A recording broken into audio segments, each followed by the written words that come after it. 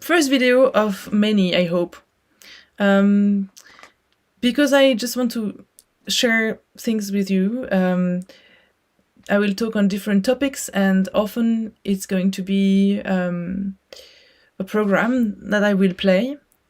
Now today's topic is a special program, and this special program is called A Poet's Garden, and I will play it next Sunday in Ireland for the Blackwater Opera Festival, and so A Poet's Garden it's a special program which I will play with the pianist Judith Jauregui, a Spanish pianist, and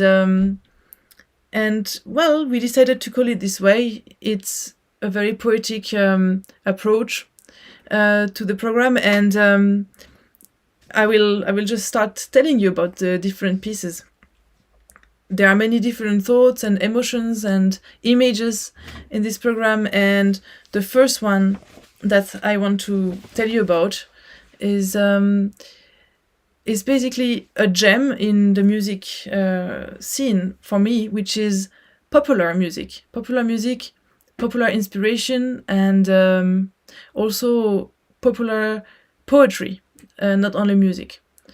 And the first piece I would like to talk about is a piece which people say is by Pablo Casals, Pau Casals, but I would argue it's not exactly by Pau Casals. It's a traditional song called Al Cant dels Ocells, the Song of the Birds. I'm trying to pronounce Catalan the best I can. The Song of the Birds. And for me, Pablo Casals, I must say, was once one of the best cellists ever of all times, probably one of the most poetic ones. And nowadays, I find that maybe some younger students or even public find his music a little bit old style, and I fear that he's not appreciated sometimes the way he should be. For me, he's absolutely one of the biggest. And if you are interested in me talking more about why I love Pau Casals, I can do that in another video. But for now, let's talk about the Song of the Birds. He played it in 1971 when he was 95 years old, for the UN nations. There was a meeting in which he received the Peace Prize of the UN, United Nations, and he played the Song of the Birds, and basically before he plays, he says, "The birds in the sky, in the space, sing peace, peace, peace." It's a traditional song, Catalan song, and he plays it in a very humble and solemn, ceremonious way with very little piano accompaniment. There is a very famous video of this, of where he plays this piece in his home, which you can see in the video now, because I was fortunate enough to visit his home a few months ago. And in that place, beautiful and so peaceful, so sunny, he recorded this piece. I will put a link in the description so you can see this beautiful recording. And basically, I want to criticize a little bit that many people play this and say this is the Song of the Birds by Pau Casals. I don't think that he would quite agree to that. This is a traditional song from Catalan heritage, and a very, very old song.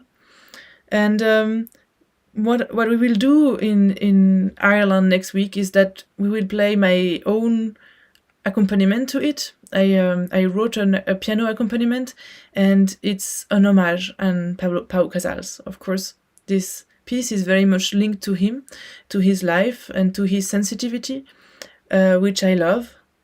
And more than playing this song by him, it's going to be a song for him. So I look forward to discover how it sounds like, because it will be the first time that we play this arrangement. And the next piece I would like to talk about, or pieces, are the suite populaire espagnole, which is Siete Canciones Populares Españolas by Manuel de Falla, for originally for piano and singer, soprano, but of course in my case on the cello. And these are also popular pieces. You have to know that, probably you know, that Manuel de Falla and his friend Federico Garcia Lorca, who we are going to talk about later, they put a lot of work in writing down popular songs from Spain. It's quite important, because very often traditional music is being carried in a an audio vocal way, and nobody, or not nobody, but often it's not being written down, especially in those times, maybe nowadays more. So somebody going through the villages and gathering these pieces, beautiful pieces of music, and writing them down was very important. The same happened in England with Ralph Vaughan Williams, who did the same thing with English folk tunes, and the same happened also in Hungary with Bartók and Kodály, who did that, and so did de Falla and Lorca. And they gathered these popular songs, and Falla really wrote a special accompaniment to them. It does sound like Falla, inspired by traditional music, inspired by the form of it, and by the text, which is very much popular as well, even though Lorca changed and added little things here and there. But it's very much still Falla, and this is Falla, Manuel de Falla. And we are going to play 6 of the 7 songs. They are from all parts of Spain, Murcia, Aragon, the Jota. And the one that I want to talk about today is one that is very close to my heart, because it comes from one of the regions of Spain which I most love, which is Asturias. Asturiana is the song, one of the 6 that we are going to play. And here you can see the text. To see if it consoled me, I came to a green pine, to see if it consoled me. Seeing as I cried, it cried, and the pine, as it was green, seeing as I cried, cried. So we had birds to start with, now we have a pine tree which cries. And I was mentioning Lorca before, because he was overseeing all the texts of these songs by Manuel de Falla. And he also gathered a few songs, and he wrote the accompaniment to it in quite a popular traditional way as well. And these are the old Spanish songs, Canciones Antiguas Españolas. And we are going to play one of those songs. This is Federico Garcia Lorca, who I hope you know, the great poet. And he will be 125. He would be 125 years old a day after our concert on June 5th. So this is here. And so he wrote many songs as well, of which we are going to play the Nana, which is a song to put a child to bed.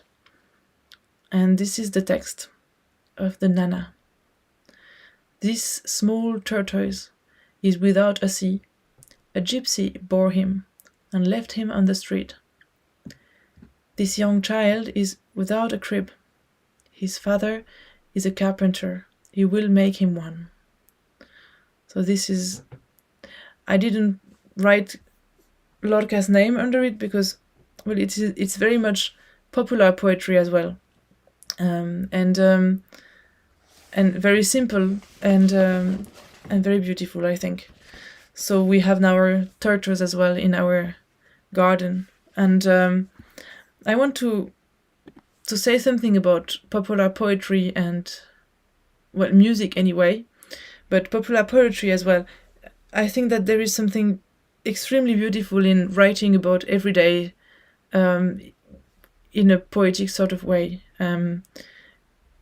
Everyday poetry should be much more, part of our lives, because if you write in a poetic way about little things, then you are making them immortal, and you are giving simple things elegance and dignity, and the life is made of simple things in general. So I would encourage more people to write poetry, simple poetry about things that happen in your life, and this is beautiful. We're going to have many of that in the concert. So I'm seeing a nice comment here.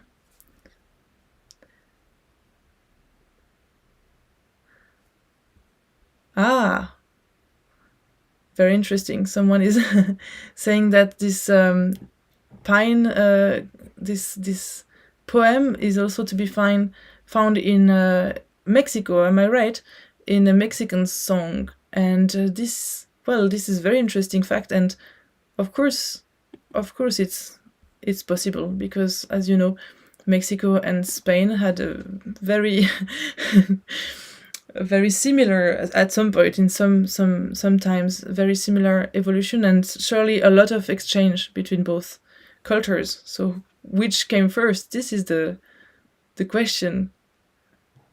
Even, I mean, I'm going a little bit outside of my program, but even the popular music from Venezuela, for example, joropo, which doesn't sound at all like Spanish music in the first place. If you listen to some old fandangos on the harpsichord, you hear where it comes from, really. Same roots. So yes. So let's continue now. After some popular poetry and music, we have got less popular, more professional, but not less beautiful poetry by two different Irish writers, and put in music by the first one by Ernest John Moeran, who you see on this picture. And so this composer, who lived at the same time as Falla in Spain, wrote a song cycle on poems by James Joyce. And the one that we chose it, I want to say, not every song is good to play on the cello or on an instrument. There are some special things we look for when we try and adapt a song to the cello. And this one is very special. I think it goes really well without words, basically.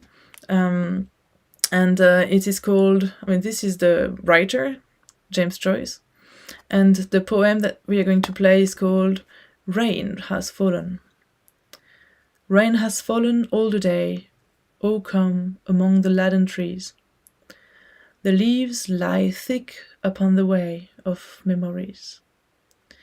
Staying a little by the way of memories, shall we depart? Come, my beloved, where I may speak to your heart. By James Joyce. So you see, we had birds which sing peace, We had a pine tree which cries. We had an orphan turtle, and now we have the rain. Of course, it's all a pretext to. It's a pretext to look into the nature. Is a pretext to look into oneself and one's emotions. That's what we see here. Rain has fallen and the leaves, and actually it's much more than that. It's very, very beautiful music as well. And so the next inhabitant of our poet garden is going to be a song by a composer, Ina Boyle, who is very dear to me, because some years before I have recorded her elegy for cello and orchestra, and it was the first time that someone was reading this music, not only recording, but also reading, and she has written an amazing amount of pieces. She's from the same time as John Ernest Moeran, and de Falla. All the music we play is from the beginning of the last century, 20th century.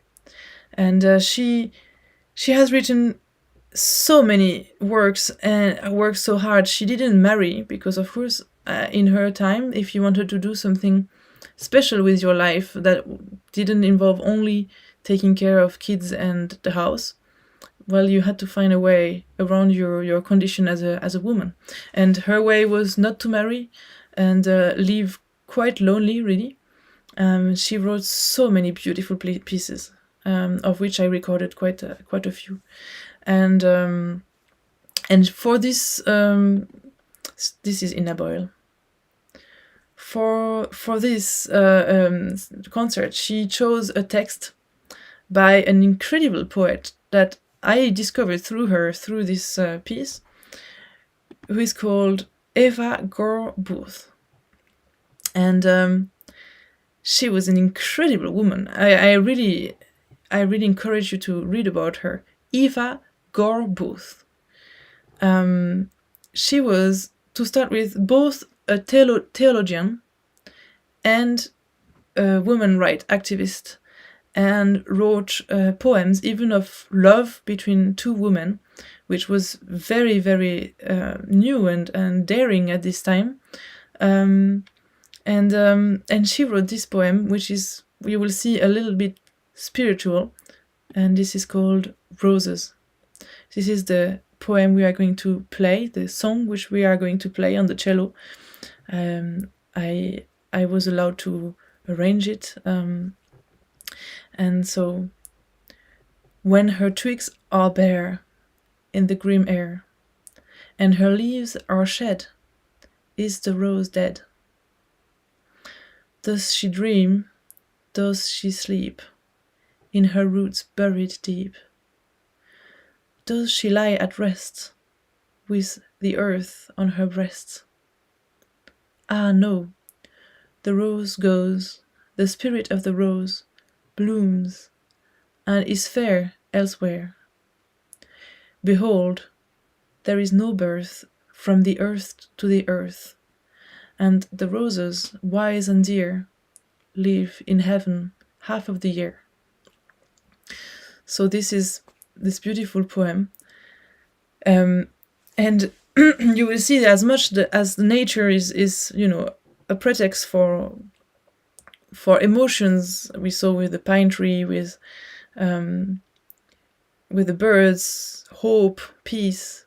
Nature is also here a door to something more spiritual and the contemplation of nature above all. And the image, I think, is very beautiful. There is no birth from the earth to the earth. So according to these lines, there is nothing that is purely earthly, but spirit is everywhere. That's how I understanding the spirit of the rose. And you can see that the first half of the poem is asking and is worried, and the second one is sunny and is giving a hopeful answer to the questions. And in the song, I hope that you will realize that there is a moment that happens in many songs. There is a moment where it's like if you are holding a gold coin and then you start to move it, and then it catches suddenly it catches light, and that's what happened in the middle of this song. It starts quite sad and quite uneasy, and suddenly the sun shines and everything changes. And this is an example of that, which I think is very special about classical music in general. This is something that we have that popular music of nowadays doesn't tend to have so much. I'm speaking about pop music, not traditional music, which is very different, as you know. And so after we had rain, we had roses, birds, and trees. Our next piece brings us back to Catalonia, and this is by a very famous Catalan composer, maybe not famous enough, Mompou. And this is the bridge, El Pont. The bridge, which basically he wrote very late in his life. And as he's saying in this letter, he had this melody in his head for a very long time, but he felt that it was too melodic, romantic for his time. That's a very interesting thought. Why does one write music, and why does one play music, and is it important what the times want?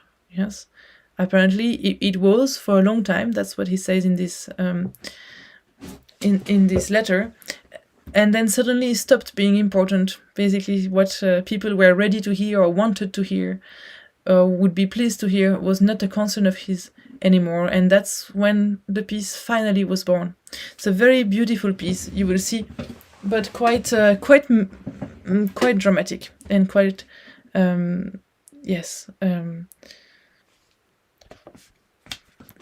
quite slow as well, and quite intimate.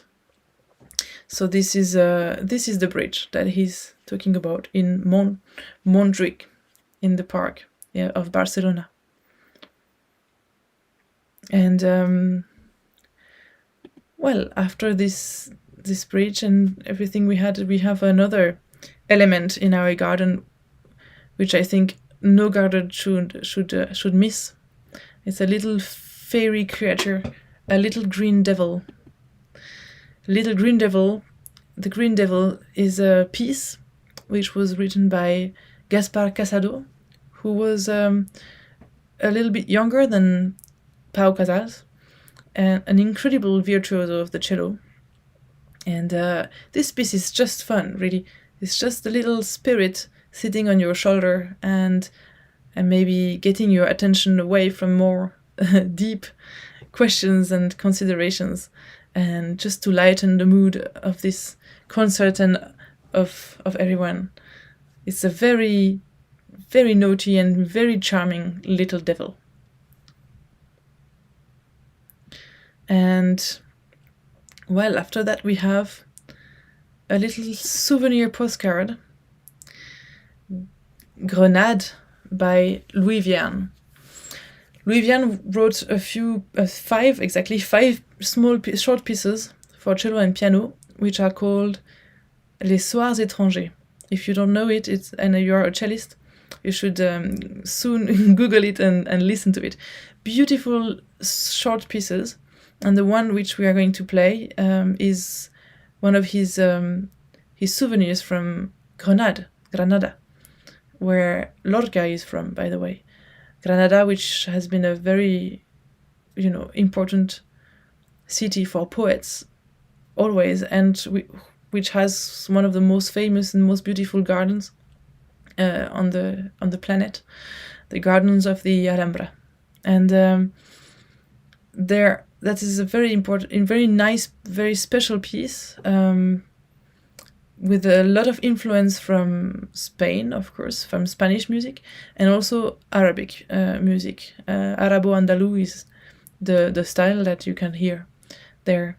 And it's interesting to notice that French and Spanish composers always had a very strong connection.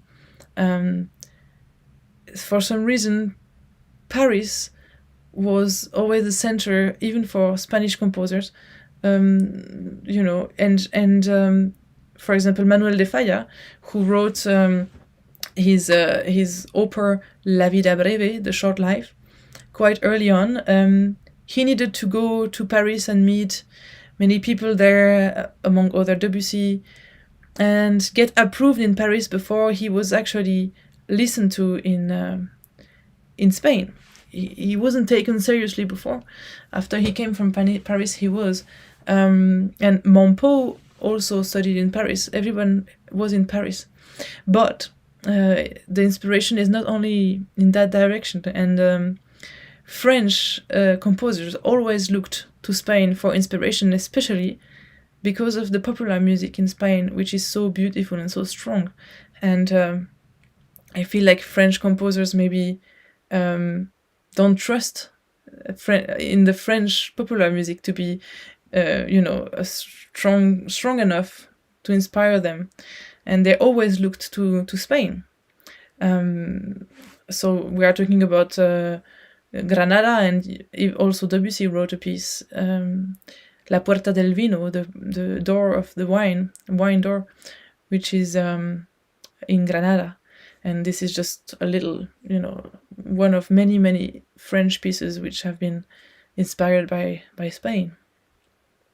And this gets us to the biggest piece of our program, a very poetic piece as well, but you will see now there is no title which is so visual as the others we had until now. And this is the Sonata by Claude Debussy for cello and piano. And now this is a photo of Claude Debussy, who was an incredible, very witty, very intelligent composer. I really encourage you all to read his book, Monsieur Croche, where he basically criticizes everyone around with such wit. Really, wit is the right word for it. So Debussy, towards the end of his life, he started composing, coming back to absolute music again, and this is a cello sonata. You can, probably many pieces by Debussy. He wrote La Mer. He didn't write Symphony Number 3. He was very much visual and textual. And towards the end of his life, he wanted to come back to something more absolute. So this is just simply a sonata. But and in this sonata we have a serenade, which I imagine is being played in our Poets' Garden. And here I have a little conscience problem, because it would be very easy to tell you a story which apparently Debussy told a cellist who had to play this sonata, a story about everything which happens in this serenade. It's very colorful, very funny, very entertaining. And if I could tell you this story, you would be extremely entertained. And parts of me wants to say that, but it's too easy, because Debussy apparently heard that this cellist told a story, and he was very mad. So whether the story is correct or not, Debussy didn't want the cellist to tell the public about it. Maybe it was just for the cellist's inspiration, to open his mind, and the public should not know about it. The public should be convinced solely by the music. Anyways, there is a title for this sonata which he withdrew: Pierrot fâché avec la lune. Pierrot, the very famous character from the Venice Carnival, mad at the moon, angry at the moon, arguing with the moon. And this title has been also taken back, so erased. And you could just think that it's because why this title? Because of all the stories that are inside of this sonata, which I encourage you to imagine, because I don't want to put images in your head. But maybe I have actually two other theories regarding this Pierrot fâché avec la lune that I want to share with you. The first theory is that he was angry at his destiny in a way, and moon is something quite mysterious, especially around this time that psychoanalysis was something that was spreading around, even though he was not very much influenced by anything coming from Vienna or Germany. We will talk about it later. Still, there is this notion, this symbolic of the moon being mysterious, and he didn't understand what was happening to him. He was very ill and had also lots of troubles with money, but he felt terrible, as he's saying, 1914, 1 year before he wrote this sonata, and as you know, at the start of the First World War. I'm losing myself. I feel terribly diminished. The magician you loved, where is he? He's writing that to his wife Emma. He is now but a morose trick player, who will soon break his loins in a last graceless pirouette. So he's angry at what is happening to him, and that he doesn't recognize himself anymore. Here you could see that maybe he is Pierrot when he speaks about the pirouette, a last graceless pirouette. And in the serenade, you have many grotesque things happening. So this is the first, my first theory. But I have another one, which is maybe a bit, a bit further even. So 1914, the war started, the First World War, and he couldn't participate, not this time. He had been in the 1870-71 war and had horrible memories of it, obviously. And he was too old to participate in this war. Friends of his were, and one of them, who was in the war, was Schoenberg. At age 42, he had to go to war, and he was an enemy of France, because he was in the Austrian army. And towards the end of his life, Debussy became a little bit nationalist, even. Well, in time of wars, things are slightly different. So I think we can see it with a certain distance, and maybe a certain tolerance. But he very much criticized the influence, also culturally, of German music expressionism, German and Austrian expressionism, as opposed to French impressionism. These are two different directions which music took, one very much French and the other one very much Germanic. And here you can see, probably know that Schoenberg wrote Pierrot lunaire, Pierrot of the moon, in 1913. And here, 1913, look what Debussy says. I think that we will pay a high price for the right not to like the music by Richard Strauss and Schoenberg. So this is my theory. Was he angry at Schoenberg, maybe, and at the direction that the music was taking in this part of the world? When in the moment that he wrote the sonata, as I said, Schoenberg was in the war, and it was a moment that Debussy was very active. Writing, he wrote a ballad against the enemies of France, for example. Yes, and well, it was actually when he wrote the cello sonata, it was a few months of happiness, maybe the last few ones that he had. He died in 1918. He was ill with cancer, and even though he didn't know it to be cancer, he was diminished as time went. And one moment where he actually felt happy was when he was in Normandy in 1915, and he wrote his sonatas, which were going to be 6 sonatas, but he only managed to write 3. One for violin, one for cello, and one for viola, harp, and flute. And these 3 sonatas he wrote in a state of an ecstatic state. He says that he was, like a mad person, possessed. He had to write. He felt like he was writing as if he was dying the day after, and very, very inspired. And I personally love these last pieces by him. I think they are one of the most beautiful pieces he wrote. So yes, this is our Debussy, and one of the last pieces that we play.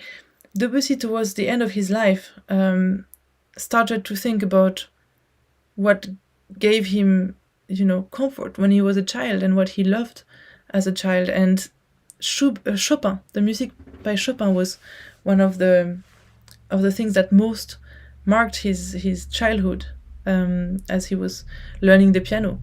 And at the end of his life, there was also a love for the music by Chopin.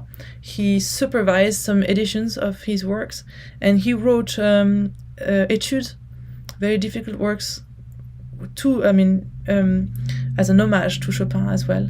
And in our program, we will even have a little ballade, a big ballade by Chopin, which will take you in a dramatic way through the poet's garden. So these are all the works that we will perform in Ireland next week. Judith Jauregui and myself. And we call it a poet's garden, and all this talk about the different things and emotions and images which are part of this garden are actually, I have to say, an excuse to tell you about what I think is a concert.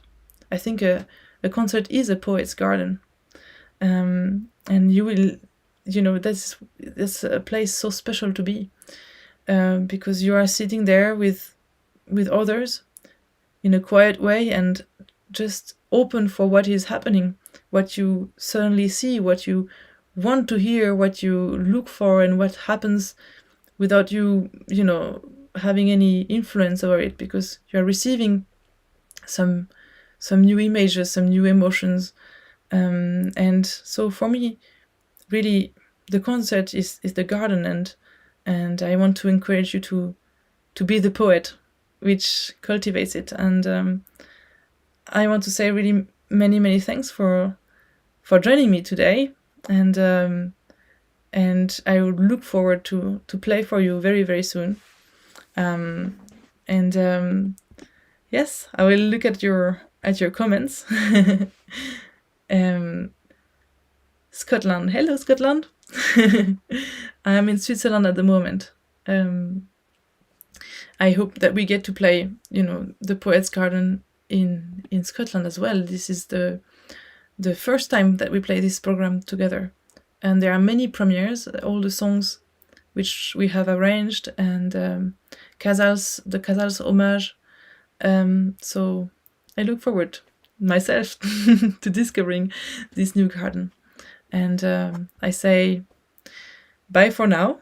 If I can stop streaming, it was difficult to start, so I'm not sure I can stop now.